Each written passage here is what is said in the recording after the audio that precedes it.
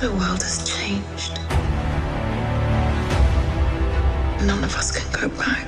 That's the voice of Peggy Carter, Cap's love interest from the first Avenger, who passed away in Civil War.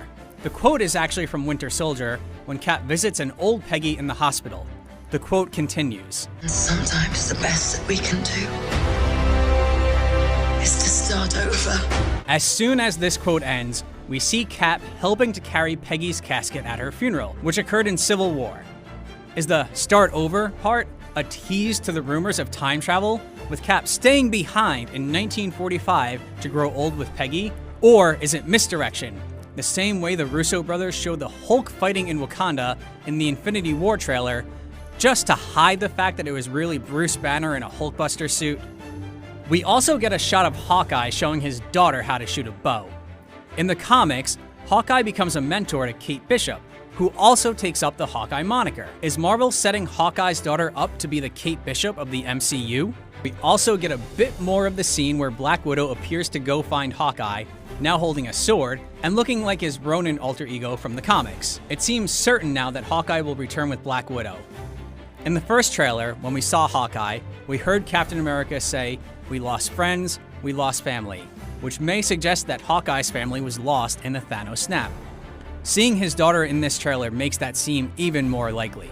Next, we hear Thor say, I saw all these people die. Thor's vision of destruction from Age of Ultron has come true.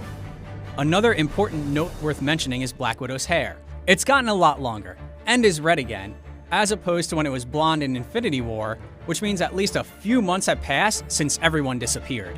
Next, we see Scott Lang, aka Ant-Man, who looks overwhelmed by all the posters of people missing. He was in the quantum realm when the snap happened, so he might still be trying to figure out what happened.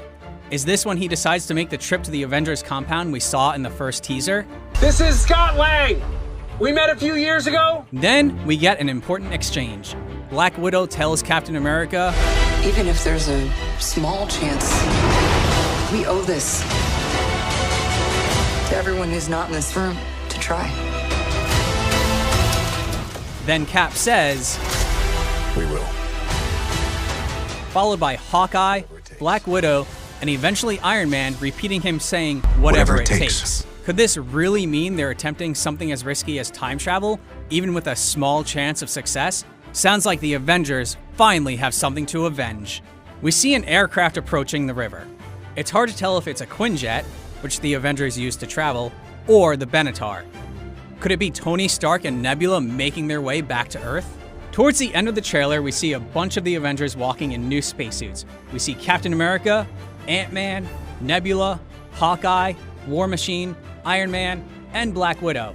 So it seems certain that Nebula and Iron Man will meet up with the team. We get this awesome shot where the weapon-loving Rocket Raccoon is really enjoying riding into battle on War Machine. We don't know what Hawkeye's haircut means. Maybe he wanted to be more like Carol Danvers. Finally, yes, Captain Marvel has made it back to Earth. Looks like she'll fit right in on the team. I like this one. When the camera pulls back, we see Black Widow with the short blonde hair she had in Infinity War.